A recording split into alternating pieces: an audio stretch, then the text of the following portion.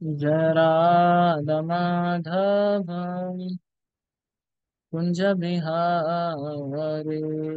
जय राधा माधव कुंज बिहारी। जय गोपी जन वल्लभ गिरिवरधारी। जय गोपी जन वल्लभ गिरिवरधारी। यशोधनंदन व्रज जनरंजन यशोधनंदन यशोदानंदन व्रज जनरंजन यशोदानंदन यमुना तेरा वनचारी। यमुना तेरा वनचारी। यमुना तेरा वनचारी।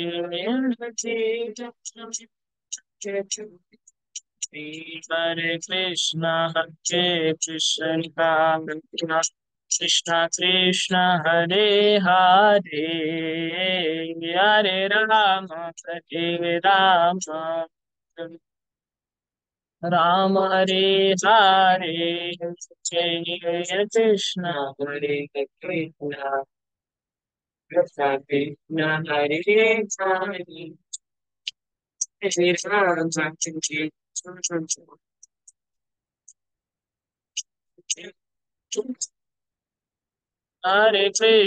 हरे कृष्ण कृष्ण कृष्ण हरे हरे हरे राम हरे राम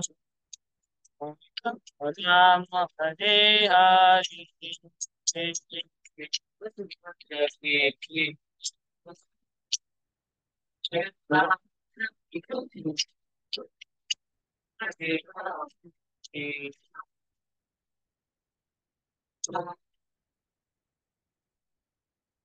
जय राधा माधव राधा माधव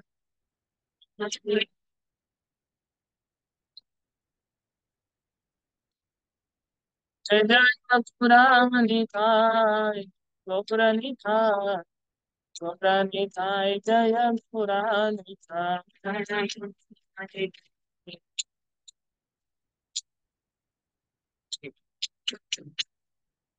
जय जय प्रभुपाद प्रभुपाद प्रभुपाद जय जय प्रभुपाद।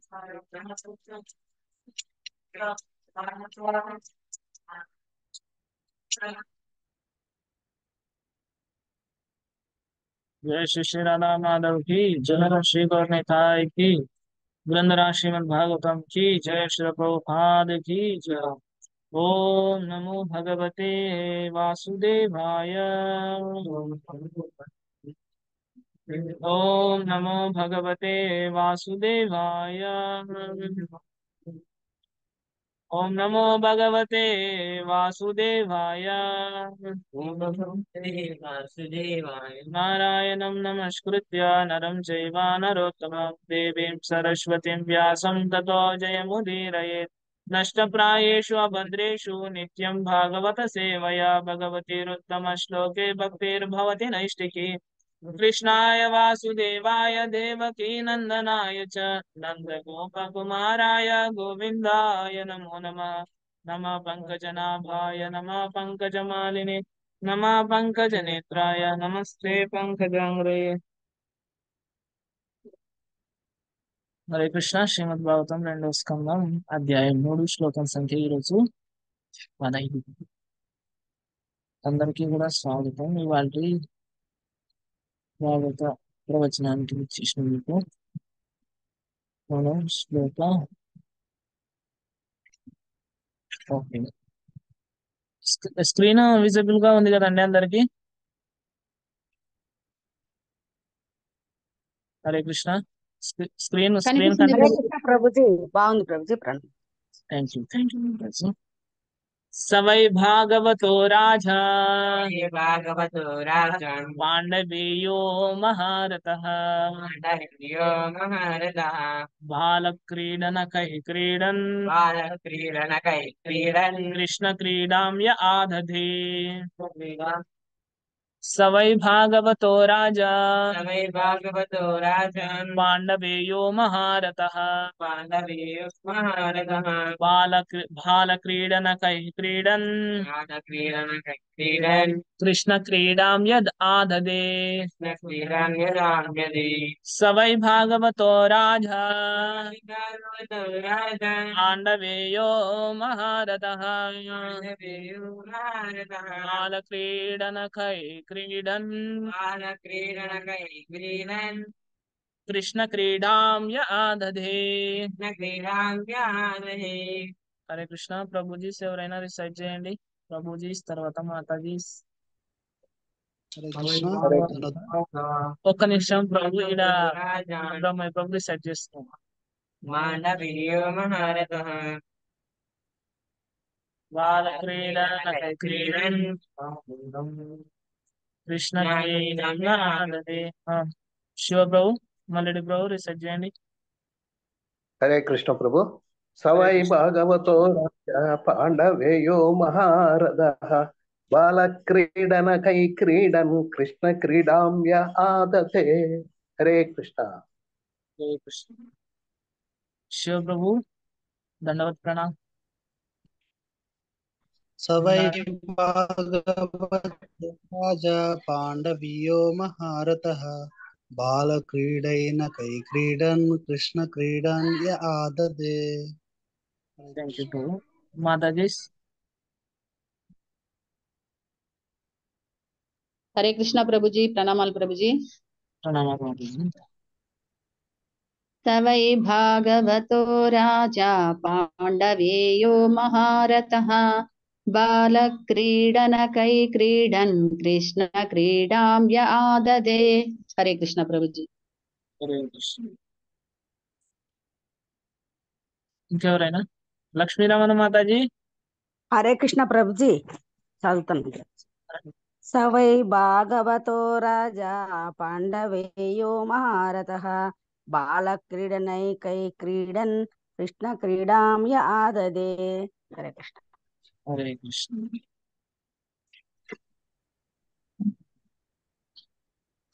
హరే ఇంకెవరైనా మాతాజీ स वै भागवतो राजा पाण्डवेयो महारथः बालक्रीडनकै क्रीडन् कृष्णक्रीडायम् आदते हरे कृष्ण హరే కృష్ణ సహా అతడు వై నిశ్చయముగా భాగవత శ్రీకృష్ణ భగవానుని పరమ భక్తుడు రాజా పరీక్షిన్ మహారాజు పాండవేయ పాండవుల మనుమడు మహారథ పరమయోధుడు బాల బాలునిగానున్నప్పుడు క్రీడనకై ఆట బొమ్మలతో క్రీడన్ ఆడుచు కృష్ణ శ్రీకృష్ణ భగవానుని క్రీడా కర్మలు యహ ఎవరైతే ఆదదే అంగీకరించెను భావం భాషను చెప్పిన డెబ్బై చరణ అరవింద భక్తి గ్రాంథ స్వామి శిల ప్రభుపాదకి పాండవుల మనుమడగు పరీక్షిన్ మహారాజు బాల్యము నుండి పరమ భాగవతుడై ఉండేది. పరీక్షిన్ మహారాజు ఏంటంట బాల్యం నుంచి పరమ భాగవతుడు. భాగవతుడు అంటే విష్ణువుని పూజించే వాళ్ళని భాగవతులు అంటారు. భగవంతుని ఆట బొమ్మలతో ఆడునప్పుడు కూడా అతడు గృహం నందలి శ్రీ విగ్రహారాధననే అనుకరించుచు శ్రీకృష్ణ భగవానుని అర్చించేవాడు. ఆడుకునేటప్పుడు కూడా ఎట్లంట శ్రీ విగ్రహారాధన చేస్తారు కదా. విగ్రహారాధన ఇంట్లో అంటే పాండవుల ఇంట్లో కూడా శ్రీ విగ్రహాలు ఉన్నాయి అని అర్థం. చూద్దాం ఎలానో. భాష్యం యోగాభ్యాసమును సరిగా నిర్వహించుట యందు విఫలుడైన వాడు కూడా భక్తియుతులకు బ్రాహ్మణుల ఇంట గాని లేదా ధనవంతులకు వ్యాపారస్తుల వంటి ధనికుల ఇంట గాని జన్మించుటకు అవకాశం ఒసగబడునని భగవద్గీత 6.41 యందు తెలుపబడినది. శుచీనాం శ్రీమతాం గేహే యోగో భ్రష్టో విజాయతే. కాని పరీక్షణ్ మహారాజు దానికి మించిన వాడై ఉన్నాడు. జాగ్రత్తగా వినండి భాష్యం. గత జన్మ నుండి అతడు శ్రీకృష్ణ భగవానుని పరమ భక్తుడగుటయే అందులకు కారణం. కనుకనే అతడు కౌరవ రాజవంశమున ప్రత్యేకించి పాండవుల వంశమున జన్మించినాడు. కనుక చిన్ననాటి నుండి శ్రీకృష్ణ భగవానుని భక్తియుత సేవను సన్నిహితముగా నెరుగుటకు అతనికి స్వగృహమునందే అవకాశము కలిగింది. చూడండి, పరీక్షిత్ మహారాజుకి వాళ్ళ ఇంట్లో వాళ్ళందరూ భక్తులే అనమాట. కాబట్టి పుట్టుకతోనే భక్తితో సేవ చేయడానికి అవకాశం కలిగింది. కానీ ఇంకొకరు ఉన్నారు, ప్రహ్లాద్ మహారాజ్, రాక్షసుల ఇంట్లో పుట్టినాడు కదా. పరమ భక్తులకు పాండవులు పూజామూర్తులను రాజమహలులో చక్కగా అర్చించి ఉండిరి. అటువంటి కుటుంబమునందు జన్మించిన బాలురు సాధారణముగా అట్టి శ్రీ విగ్రహారాధనను బాల్య క్రీడగా భాగ్యవశమున అనుకరించుట పరిపాటి. శ్రీకృష్ణ భగవానుని కరుణచే అటువంటి వైష్ణవుల కుటుంబమునందే జన్మించుటకు నాకు అవకాశం కలిగినది. ప్రభుపాల వారు చెప్తున్నారు, మాకు కూడా అవకాశం కలిగింది వైష్ణవుని ఇంట్లో జన్మ తీసుకోవడానికి. బాల్యమున మా తండ్రి గారిని అనుకరించుచు మేము శ్రీకృష్ణుని అర్చనమును కావించుయుంటిమి. మేము అంటే ప్రభుపాల వారు చెప్తున్నారు, మా తండ్రిని అనుకరించచ్చు, మా తండ్రి చేసినట్టు నేను కూడా శ్రీ విగ్రహారాధన చేసేవాడిని అని చెప్తున్నారు. రథయాత్ర, ఢోలాయాత్ర వంటి ఉత్సవములను నిర్వహించుటకు మా తండ్రి గారు మమ్మెంతో ప్రోత్సహించేది. మాకు మా స్నేహితులకు ప్రసాదమును పంచుటకు ఆయన డబ్బును ఉదారముగా ఖర్చు చేసేవారు. వైష్ణవ కుటుంబమునందే జన్మించినట్టు మా గురువు గారు సైతము పరమ వైష్ణవ తండ్రి అయిన భక్తి వినోద ఠాకూరుల నుండి సమస్త ప్రేరణను పొందియుండిరి. వైష్ణవ కుటుంబముల అదృష్టం అది. సుప్రసిద్ధురాలైన మీరాబాయి శ్రీకృష్ణుని గోవర్ధనగిరిదారి రూపమున పరమ భక్తురాలై ఉండేను. అటువంటి భక్తుల జీవిత చరిత్రలు దాదాపు ఒకే రీతిగా నుండును.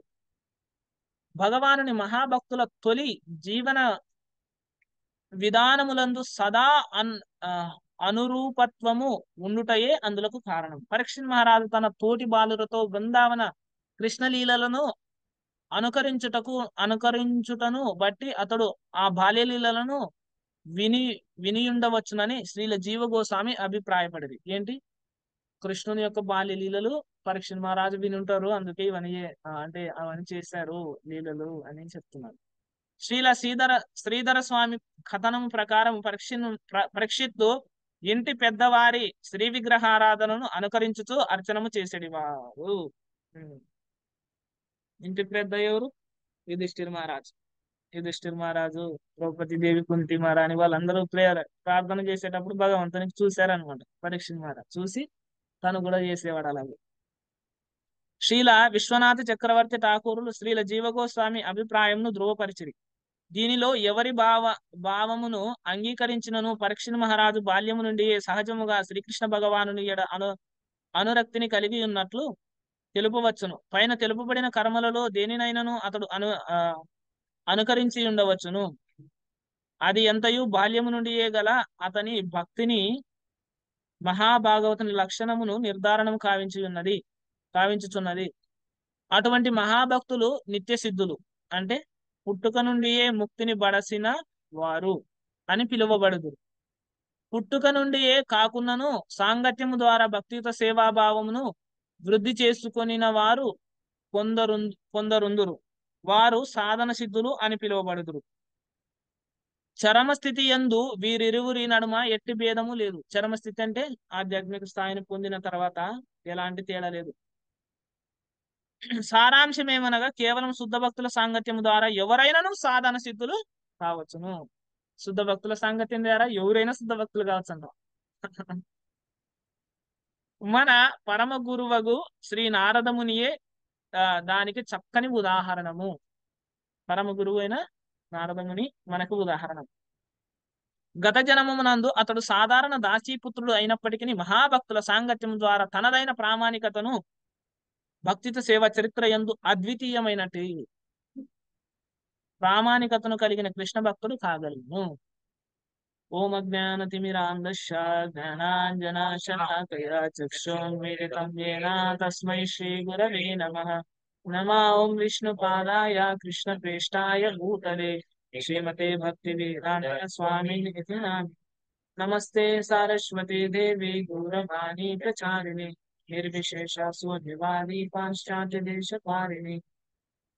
వాంఛాకల్పతరుభ్యశ్చ కృపా సింధుభ్యైవ చ పతితానాం పావనేభ్యో వైష్ణవేభ్యో నమో నమః. జయ శ్రీ కృష్ణ చైతన్య ప్రభు నిత్యానంద శ్రీ అద్వైత గదాధర శ్రీవాసాది గౌర భక్తవృంద.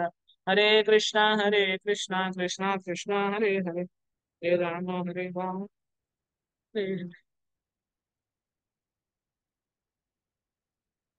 హరే కృష్ణ. భావం మరొకసారి. పాండవుల మనుమడగు పరీక్షిత్ మహారాజు బాల్యము నుండి పరమ భాగవతుడై ఉండెను. ఆటబొమ్మలతో ఆడునప్పుడు కూడా అతడు గృహమునందలి శ్రీ విగ్రహ ఆరాధననే అనుకరించుచు శ్రీకృష్ణ భగవానుని అర్చించెడివాడు. అందరికీ కూడా ఇవాళ శ్రీమద్ భాగవత ప్రవచనానికి ఇచ్చేసినందుకు స్వాగతం. చాలా ఆనందంగా ఉంది. మీరందరూ కూడా భాగవతం వినడానికి రోజు మీ యొక్క సమయాన్ని వెచ్చిస్తున్నందుకు ఇది చాలా దివ్యమైన కార్యం. రోజు శ్రీమద్ భాగవతాన్ని శ్రవణం చేయడానికి మన యొక్క సమయాన్ని వినియోగించడం, దాని యొక్క ప్రాముఖ్యతని ఇంకా ముందు శ్లోకాల్లో కూడా మనకి శుకదేవ్ గోస్వామి వివరిస్తారు. ఇక్కడ సూత గోస్వామి నైమిషారణ్య ఋషులతో 88,000 మంది ఋషులు సమావేశమైన నైమిషారణ్యంలో వీళ్ళందరూ సమావేశమైనారు. గోమతి నది ఒడ్డున సమావేశమైనారు. ఈయన సూత గోస్వామికి శౌనకాది ఋషులు. ఇక్కడ శౌనక ఋషి మాట్లాడుతున్నారు ఈ శ్లోకం ఏమని. సవై భాగవతో రాజా పాండవేయో మహారథ. రాజా అంటే ఇక్కడ పరీక్షిత్ మహారాజు. మహారథ అంటే పరమయోధుడు, చాలా శక్తివంతుడు. బాల క్రీడన కై క్రీడన్ కృష్ణ క్రీడాం ఆదదే. తను బాల్యంలో ఆడిన క్రీడలు కూడా ఏంటంటే కృష్ణ క్రీడ. ఏం క్రీడ? కృష్ణ క్రీడ అంటే ఏంటి? శ్రీకృష్ణ భగవానుని కర్మలను అనుసరించడం. ఇప్పుడు చూడండి, ఈ గోలీలాట, తర్వాత కొక్కుడు బిల్ల, చిల్లగూడ, తర్వాత కోతి కొమ్మచ్చు, ఇంకా ఇవన్నీ ఏంటివి? దాగుడు మూతలు, దండాకూర్, పిల్లి వచ్చే ఎలక, పిల్లి వచ్చే ఎలక భద్రం, ఇట్లాంటి ఆటలన్నీ కూడా ఎవరు? కృష్ణుడు అన్నాడు తెలుసా? కోలాటం, తర్వాత ఏంది కబడ్డీ, చెడుగుడు ఆడేది. తర్వాత ఇది ఇట్లా ఒకరు కూర్చుంటే ఇట్లా ఉరుకుతారు చూడు, ఖోఖో. అది ఒక 4-5 మంది కూర్చుంటారు, 4-5 మంది ఉరుకులాడతారు. అది అట్ట ఇట పరిగెత్తుతూ ఉంటారు. సో ఇవన్నీ ఎవరు అన్నారు? కృష్ణుడు అన్నాడు. ఇక్కడ యాక్చువల్ గా ముఖ్యంగా ఏం మెన్షన్ చేసినారంటే, ఇక్కడ పరీక్షిత్ మహారాజు వాళ్ళ ఇంట్లో వాళ్ళు విగ్రహ ఆరాధన చేస్తుంటే ఈయన కూడా విగ్రహాలని ఆరాధించేవాడు. ఆయన ఆట ఏంటి? విగ్రహాలకి సేవ చేయడం, ఆరాధన చేయడం. సో ఈయన ఏంటి? భాగవత అని చెప్తున్నారు. భాగవత అంటే శ్రీకృష్ణ భగవానుని మహాభక్తుడు, పరమ భక్తుడు. భాగవత అంటే శ్రీకృష్ణ భగవానుని యొక్క పరమ భక్తుడు అని అర్థం. సరే, శ్రీల ప్రభుపాద వారు ఏం చెప్తున్నారంటే, యోగాభ్యాసమును సరిగా నిర్వహించట యందు విఫలుడైన వాడు కూడా భక్తియుతులకు బ్రాహ్మణుల ఇంట గాని లేదా క్షత్రియుల ధనవంతులకు వ్యాపారస్తుల ఇంట గాని జన్మించుటకు అవకాశం వసకబడునని భగవద్గీత తెలుపుతుంది. సరే, ఒక శ్లోకం ఉంది, నాకు కొంచెం సేవ చేసినా కూడా అది మహత్తరమైన భయం నుంచి తప్పిస్తుంది అని. నేహా విక్రమనాశోస్తి ప్రత్యవాయో న విద్యతే స్వల్పమభ్యస్య ధర్మస్య త్రాయతే మహతో భయాత్. స్వల్పమభ్యస్య, కొంచెం అభ్యాసం చేసినా కూడా భక్తియుత సేవ గురించి అది మహత్తరమైన భయం నుంచి తప్పిస్తుంది అని. సో ఇంకా తర్వాత భగవంతుడు చెప్తారేమని, శుచీనాం శ్రీమతాం గేహే యోగో భ్రష్టోపి జాయతే.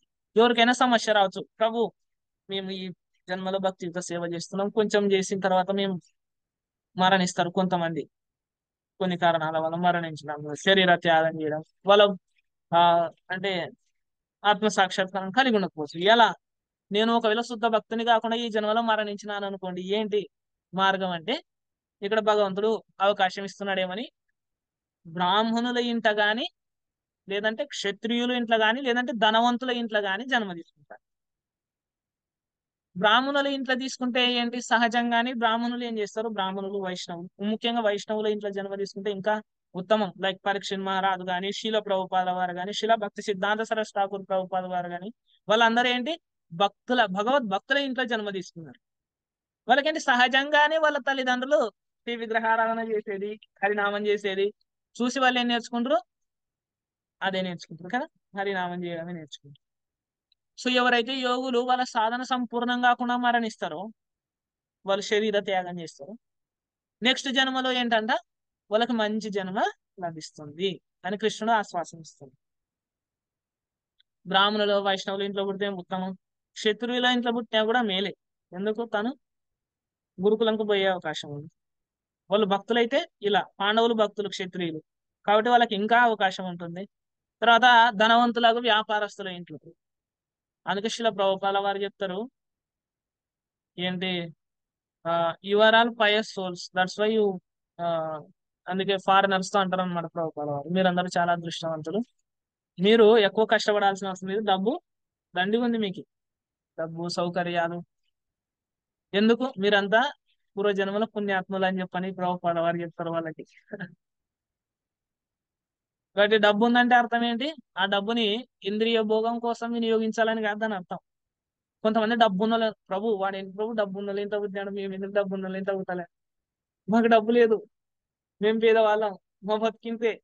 నో, వాళ్ళకి అంత గొప్ప జన్మ వచ్చిందంటే ఏంటి, వాళ్ళకి అవకాశం వచ్చింది ఎందుకు, భక్తియుత సేవ చేయడానికి. వాళ్ళు ముందు మంచి సాధన చేసింటారు, వాళ్ళు పుణ్యాత్ములు వాళ్ళు, అందుకలే వాళ్ళకి డబ్బు ఉన్న ఇంట్లో జన్మ తీసుకున్నారు. కానీ కొంతమంది చెడు సాంగత్యం వల్ల, ఓన్లీ ఒకే కారణం, దుస్సాంగత్యం వల్ల ఏం చేస్తారు, వాళ్ళ డబ్బుని వాళ్ళ శక్తిని దుర్వినియోగం చేస్తారు. దుర్వినియోగం చేసినారనుకోండి, వాళ్ళు మళ్ళీ అధమమైన జన్మల్లోకి వెళ్ళిపోతారు. సద్వినియోగం ఏంటి, భగవద్భక్తియుత కార్యక్రమాల్లో నెలకొనండి. అట్లా చేస్తే ఏమవుతుంది, వాళ్ళు త్వరితంగా భగవంతునికి దగ్గర అయిపోతారు, చాలా తొందరగా భగవత్ సాక్షాత్కారం కలుగుతుంది వాళ్ళకి. వాళ్ళ శక్తిని వాళ్ళ ధనాన్ని వాళ్ళు భగవంతుని సేవలో వినియోగించినారనుకో. ఇప్పుడు చూడు, ధనవంతుల ఇంట్లో జన్మ తీసుకుంటే నువ్వు మళ్ళీ కుటుంబ పోషణ కోసం ఎక్కువగా కష్టపడాల్సిన అవసరం లేదు, సంపాదించడం కోసం. ఆల్రెడీ మీ నాన్న సరైన అంటే నీకు తిండికి గుడ్డకి తర్వాత జీవనం గడపడానికి అన్ని ఏర్పాట్లు చేసి ఉంటాడు. నువ్వు ఓన్లీ మీ నాన్న బిజినెస్ ని చూసుకుంటే చాలు. కానీ ఇప్పుడు ఏంటంటే చాలా మంది వాళ్ళు తప్పుగా అర్థం చేసుకుంటారు అనమాట. ఏంటి, వాళ్ళు ఇంకా ఎక్కువగా ఆ భౌతికమైన కార్యక్రమాల్లో నెలకొంటారు. కాదు దాని ఉద్దేశం, భగవంతుడు చెప్తున్నాడు ఇక్కడ, నువ్వు ధనవంతుల ఇంట్లో పుట్టింటే నీ కర్తవ్యం ఏంటి, భక్తియుత సేవా కార్యక్రమాల్లో నెలకొనడం. నీకు ఈ జన్మ ఎందుకు వచ్చింది, నువ్వు పుణ్యాత్ముడవు కాబట్టి వచ్చింది. ప్రభు మరి ఆ అంత పేద వాళ్ళ ఇంట్లో పుట్టిన వాళ్ళందరూ పాపాత్ములా అంటే చెప్పలేం మనం, అది భగవద్ అనుగ్రహం ఆ అని అనలేము. కానీ కర్మానుసారం జీవులు ఆ వివిధ యోనిలలో ప్రవేశిస్తారు. అట్లా మేబీ అదే కారణమై ఉండొచ్చు వాళ్ళ పుణ్య ఆ, పూర్వజన్మ. లైక్ ఇక్కడ చూడండి, మనకి చివర్లో ఉదాహరణ ఇచ్చినారు ప్రభుపాల వారేమని, ఆ సాధన సిద్ధ గురించి మన నారదముని ఉదాహరణ ఇచ్చింది. నారదముని ఏంటి, ముందు ఉపబరహన ఉపబరహన అనే గంధర్వుడు, గొప్ప గంధర్వ గాయకుడు. ఆయన ఏం పాపం చేసినాడు, ఏం అపరాధం చేసినాడు, సభలో ఆ, ఇంద్ర సభలోన వాళ్ళు నృత్యం చేస్తుంటారు, భగవత్ కీర్తనే చేస్తుంటారు. వాళ్ళు భగవత్ కీర్తన నృత్యం చేస్తుంటారు. ఈయన ఏం చేస్తాడు తెలుసా? ఒక స్త్రీకి ఆకర్షితుడై ఉపబరహన ఆ భగవత్ కీర్తన ఇడిచిపెట్టి వీళ్ళిద్దరు చూసుకునేది, వీళ్ళిద్దరు డాన్స్ చేసేది, మొత్తం నృత్యం పాడైతుంది, గీతం పాడైతుంది అనమాట. ఇంద్రుని కోపం వస్తుంది. సో నీచుడా, నువ్వు ఇంత దుర్మార్గానికి పాల్పడతావా? భగవత్ కీర్తన జరిగేటప్పుడు నువ్వు ఒక స్త్రీకి ఆకర్షితావా? నీ ఇంద్రియ భోగం చూసుకుంటావా? వాళ్ళు నాట్యం విడిచిపెట్టి వీళ్ళని ఒకరినొకరు చూసుకుంటుంటారు అనమాట. అంటే భగవత్ సేవ వదిలిపెట్టి ఇంద్రియ భోగంలోకి దిగిపోతారు. సో ఇంద్రుడు వెంటనే శాపం పెడతాడు, నువ్వు వచ్చే జన్మలో శూద్రునిలా ప్రవర్తిస్తున్నావు, నువ్వు శూద్రుని వైపు, నెక్స్ట్ జన్మలో శూద్రుని ఇంట్లో జన్మ. అట్లా ఆమె ఒక బీద వాళ్ళ ఇంట్లో జన్మ తీసుకుంటాడు. కానీ ఆ పరమ ఈ మహాభాగవతులు వీళ్ళందరూ వచ్చింటారు కదా, భాగవతుల సాంగత్యం వల్ల ఏంటి మళ్ళీ ఎంత అద్భుతమైన అసలు ఈ భక్తియుత సేవ ఆ ఈ చరిత్రలోనే ఒక స్పెషల్ క్యారెక్టర్ అనమాట నారదం అంటే. ఏంటి ఆ మహాభాగవతుల యొక్క భక్తి వేదాంతుల యొక్క సాంగత్యం వల్ల ఆయన ఏంటి శుద్ధ భక్తునిగా మారిపోతాడు. ఆయన ఎలా సేవ చేసినాడంటే చా ఆయన ఏమి పెద్ద పెద్ద నారదముని అంటే ఈ శూద్రుల ఇంట్లో జన్మ తీసుకున్న తర్వాత ఆ బాలుడు ఏమి పెద్ద పెద్ద తపస్సులు చేయలే, జ్ఞాన సముపార్జనము చేయలే, విగ్రహారాధనలు చేయలే కదా, మెడిటేషన్ చేయలే, ఏం చేయదు. ఓన్లీ ఆ భక్తి వేదాంతులకి వినయపూర్వకంగా సేవ చేసినాడు. వాళ్ళని అడిగి వాళ్ళ ఉచ్చిష్ట తిన్నాడు, అంతే. జస్ట్ సింపుల్, చాలా సింపుల్ చేసింది నారదముని. సో వాళ్ళ యొక్క కృప ద్వారా, భక్తి వేదాంతుల యొక్క ఆశీస్సుల ద్వారా ఈయన మారిపోతుంది. అర్థమైందా? సో తల్లి భక్తి వేదాంతులకి ప్రసాదం వండడం ఇదంతా చేసింది కదా. పాము కాటు వల్ల ఆమె శరీరాన్ని వదులుతుంది. ఇమీడియట్ గా ఈయన అర్థం చేసుకోగలుగుతాడు, అరే ఇది నాకు పైన భగవంతుడు చూపిస్తున్న కృప అని చెప్పని జస్ట్ ఆయన ప్రయాణం చేస్తాడు అనమాట. చాలా సంవత్సరాలు ఆయన ప్రయాణం చేస్తూ భగవంతుని పైన మెడిటేట్ చేస్తాడు. ఒక్కసారి భగవంతుడు దర్శనమిస్తాడు హృదయంలో, మళ్ళీ ఇమీడియట్ గా వెళ్ళిపోతాడు. నువ్వు మళ్ళీ నెక్స్ట్ జన్మలోని నెక్స్ట్ కల్పంలోనికి నేను దర్శనమిస్తాను నా శుద్ధ భక్తునిగా. సో ఇక్కడ చూడండి, ఇక్కడ 3. ఫస్ట్ యోగంలో పడిపోయిన వాళ్ళు మంచి జన్మ తీసుకుంటారు, ఉత్తమమైన జన్మ తీసుకొని సాధన చేసే అవకాశం ఉంది. రెండోది నిత్య సిద్ధ అంటే వాళ్ళు ముక్త పురుషులు జన్మ తీసుకుంటారు అన్నమాట. ఉదాహరణకి ప్రభుపాదుల వారు, భక్తి సిద్ధాంత సరస్వతి, మన ఆచార్యులు, వాళ్ళు ఏంటి, వాళ్ళు ముందుగానే వాళ్ళు సిద్ధులు, వాళ్ళు శుద్ధ భక్తులు. వాళ్ళు జన్మ తీసుకొని మళ్ళీ ఈ యాక్టివిటీస్ అన్ని ఎందుకు చేస్తారంటే మనకు నేర్పించడం కోసం. సహజంగా పిల్లలు చూడండి, ఇప్పుడున్న పిల్లలు అయితే టూ మచ్ అటాచ్మెంట్.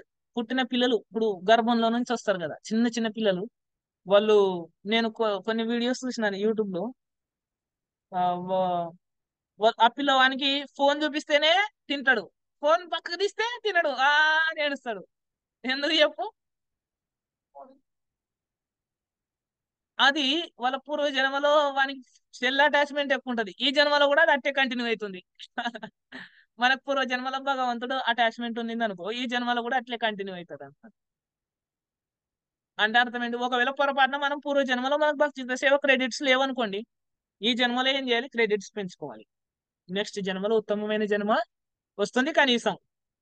కనీసం ఈ జన్మలో యాక్చువల్ గా ప్రభుపాల వారు చెప్తారు, ఎవరైతే ఈ 16 మాలలు జపం చేసి 4 నియమాలు పాటిస్తారో వాళ్ళు ఇమ్మీడియట్ గా ఈ జన్మలోనే భగవద్ధామానికి వెళ్ళిపోతారండి. పొర్రపాటున వెళ్ళకపోయినా మంచి ఉత్తమమైన వైష్ణవుల ఇంట్లో జన్మ తీసుకునే అవకాశం. ఎందుకు ఈ సదావకాశాన్ని మనం ఎవ్వరు కూడా దీన్ని వదులుకోకూడదు. ఇప్పుడు ఏమైతుందంటే చూడండి, సహజంగా చాలా మంది వాళ్ళు తినే ఆహారము, తల్లిదండ్రులు తినే ఆహారము, తల్లిదండ్రుల వ్యవహారము, సమాజంలో ఉండే జనాల వ్యవహారం, ఇవన్నీ పిల్లకాయలు చూస్తారు. అందుకే పిల్లల యొక్క మనస్సు, ఇది బుద్ధి, ఇవన్నీ కూడా ఏంటి, క్లీన్ స్లేట్ అంటే కొన్ని సంవత్సరాల వరకు ఏంటి వాళ్ళ కర్మ వాళ్ళ పైన పని చేస్తుంది, కానీ పూర్వ జన్మలో ఉండే వాసనలు స్లోగా మొదలైతాయి అన్నమాట. అంటే అవన్నీ ఉంటాయి. వాటి ఇన్ఫ్లుయెన్స్ వల్లనే శరీరం తీసుకుంటాం మనం. అంటే పూర్వజన్మలో చేసిన కర్మల కారణంగానే మనకు ఓ రకమైన శరీరం వస్తుంది. మానవ శరీరం వచ్చిందంటేనే పూర్వజన్మలో భగవంతుని యొక్క అనుగ్రహం వల్ల వచ్చింది. పూర్వజన్మ కర్మను భగవంతుని అనుగ్రహం ఏంటి మానవ శరీరం వచ్చింది. పూర్వజన్మలో చేసిన కర్మలు ఇవన్నీ కూడా ఏంటి మనకు పని చేయడం ఎప్పుడు స్టార్ట్ అవుతుంది అంటే కొంచెం ఏజ్ పెరిగే కొద్దీ. కాబట్టి అంతవరకు ఏమి రాస్తే అది, అంటే ఎలా నువ్వు వాళ్ళని పెంచితే అలా వాళ్ళు తయారవుతారు అనమాట. సో అందుకని ఇప్పుడు ఏమవుతుందంటే సమాజంలో అందరూ దేవరలు చేస్తున్నారు. దేవరనే కదా అనేది.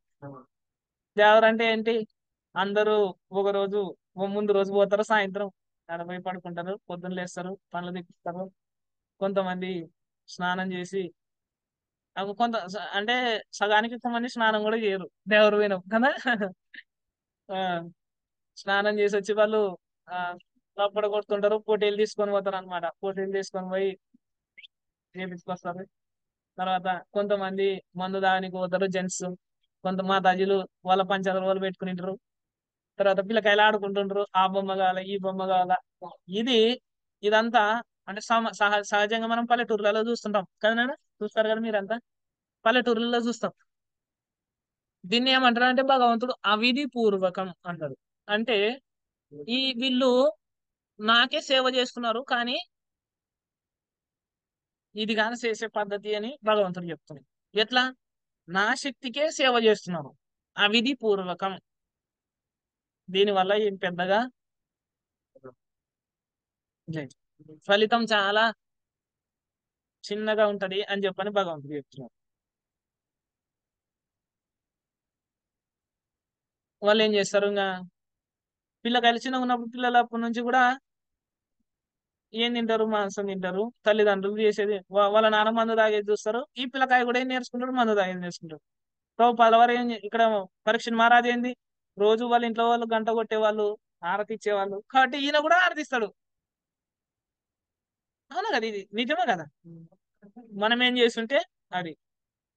ఉదాహరణకి మా తండ్రి గారు నాకు ఏ రోజు పండగ వస్తే ఆ రోజు శ్రీకృష్ణ పాండవీయం, తర్వాత ఇది దానవీర సూర్యకరణ, తర్వాత శ్రీకృష్ణ తులాభారం, తర్వాత ఇట్లా చాలా సినిమాలు ఉన్నాయి. ఇవన్నీ చూపించేవాడు. సో దానివల్ల ఏమైంది, నాకు కొంచెం భగవంతుని పట్ల ఆకర్షణ ఏర్పడింది. ఓ కృష్ణ. తర్వాత అంటే ఈ సినిమాలలోన కృష్ణనే ఫేమస్ అనమాట. సో ఏంటి, ఓ రకమైన అటాచ్మెంట్, ఓ రకమైన ప్రేమ అనేది ఏర్పడింది భగవంతుని పట్ల. అవునా కదా? సో అట్లా మనం పిల్లలకి ఈ గుర్తులు ఇచ్చినామనుకో ఏమవుతుంది, అవి ఏర్పడతాయి. మనం ఎలా పెంచితే వాళ్ళు అలా పెరుగుతారు. ఒకవేళ మనము ఎక్కువ ఇంపార్టెన్స్ పూజలకి, భగవంతుని సేవకి, నామజపానికి, తర్వాత వీటికి కాకుండా షాపింగ్ మాల్స్ కి, సీరియల్స్ కి, సినిమాలకి, పబ్బులకి ఇచ్చినామనుకో ఏంటి, పిల్లకాయలు కూడా వాళ్ళే అదే నేర్చుకుంటారు. సో మనం ఏమిటికి ప్రిఫరెన్స్ ఇస్తున్నాం అనేది వెరీ వెరీ ఇంపార్టెంట్ ఇక్కడ. అంటే యది యది ఆచరతి శ్రేష్ట తదదేవేతరో జన సయత్ ప్రమాణం కురితే లోక తదనువర్తదే. ఒక ఇంటికి ప్రామాణికుడు ఎవరు? తండ్రి, తల్లి ప్రామాణికులు. వాళ్ళు ఎట్లా చేస్తే పిల్లకాయలు అట్లే చేస్తారు. వేరే ఆప్షన్ లేదు. వేరే ఆప్షన్ లేదు. అర్థమైందా? తల్లిదండ్రులు చెల్లొత్తుకుంటా ఉంటే ఏం చేస్తారు, పిల్లకాయలు కూడా చెల్లొత్తాలా అంటారు. వాళ్ళు పొద్దున్నే లేచి గంట కొట్టి ఆరతిచ్చినారనుకో, వాడు అసలు లేయకుండా ఉన్నా కూడా ఏదో ఒక రోజు ఖచ్చితంగా వాడి హృదయంలో భక్తి భావన మొదలవుతుంది. వాళ్ళు తినేది, తాగేది, పండుకునేది, ఎంజాయ్ చేసేది, గొడవలు పడేది, ఇవన్నీ చేసుకుంటుంటే పిల్లకాయలు కూడా అవే చేస్తారు. కాబట్టి మన ప్రవర్తన చాలా చక్కగా ఉండాలి. మన ప్రవర్తన పాడైతే, ముఖ్యంగా తల్లిదండ్రుల ప్రవర్తన, గురువు ప్రవర్తన బాలేకుంటే వచ్చే తరాలు కూడా నాశనం అవుతాయి. ప్రవర్తనని చక్కదిద్దుకోవాలి. ఇది వెరీ వెరీ ఇంపార్టెంట్. మన ప్రవర్తన ఎంత చక్కగా ఉంటే మన పిల్లలు తరాలు అంత బాగుంటాయి. సో ఇక్కడ వారు ఇంకో విషయాన్ని మనకి వివరిస్తున్నారు. ఏంటి? నిత్య సిద్ధులు వాళ్ళు ఎప్పుడు భగవంతుని మర్చిపోరు అని. నెక్స్ట్ వచ్చేసి సాధన సిద్ధ. ఒకవేళ మనం పొరపాటున ఎలాగో జన్మ తీసుకున్నాం, కానీ ఇక్కడ చూడండి భగవంత్ భక్తుల యొక్క సాంగత్యం వల్ల, ఒక్క నిమిషం, పుట్టుక నుండియే కాకున్నను సాంగత్యము ద్వారా భక్తియుత సేవా భావనను వృద్ధి చేసుకొనిన వారు కొందరుందురు. పుట్టుకతోని కాకుండా సాంగత్యం ద్వారా భక్తియుత సేవని వృద్ధి చేసుకున్న వాళ్ళు కూడా కొంతమంది ఉన్నారు అని చెప్పాను. చేసుకోవచ్చు. దీన్ని ఏమంటారు అంటే కృపాసిద్ధ అంటారు.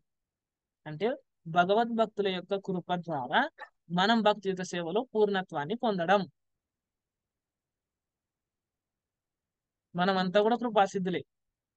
అంటే భగ శిల ప్రభుపాద వారి యొక్క ఆశీస్సుల వల్ల మనం భక్తియుత సేవలో మనుగడ సాగిస్తున్నాం. లేకంటే మనుగడే లేదు మనకి. శిల ప్రభుపాద వారు మనకి హరే కృష్ణ మంత్రాన్ని ఇచ్చారు. శ్రీమద్ భాగవతాన్ని ఎంత సింప్లిఫైడ్ గా మనకు చూడండి. ఇప్పుడు స్టార్టింగ్ లో శ్రీమద్ భాగవతం చదవాలంటే ఎంత కష్టం తెలుసా? ప్రభుపాద వారు రాయాలి, ప్రింటింగ్ చేయాలి బుక్స్. వాళ్ళు ఒక క్యాంటో తర్వాత ఒక క్యాంటో ఎదురు చూసేవాళ్ళు. యాక్చువల్గా ప్రభుపాద వారు 10వ స్కందం 14వ అధ్యాయం వరకు రాశారు, తర్వాత తిరోభవించినారు. అంటే భాష్యం, ఇంత సింప్లిఫైడ్ భాష్యం ఇచ్చినది మనకు ప్రభుపాద వారు.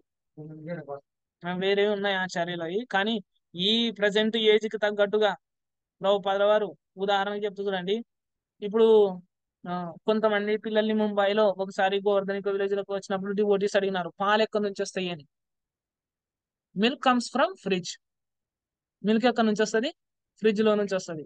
ఎందుకు? వాళ్ళు తెల్లగైనప్పుడు వెంటనే లేస్తే అమ్మ ఎక్కడి నుంచి తెస్తుంది పాలని? ఫ్రిడ్జ్ లో నుంచి తీస్తారు. సో వాళ్ళకి తెలియదు అనమాట పాలు ఎక్కడి నుంచి వస్తాయంటే ఫ్రిడ్జ్ లో నుంచి వస్తాయి. అవునా కదా?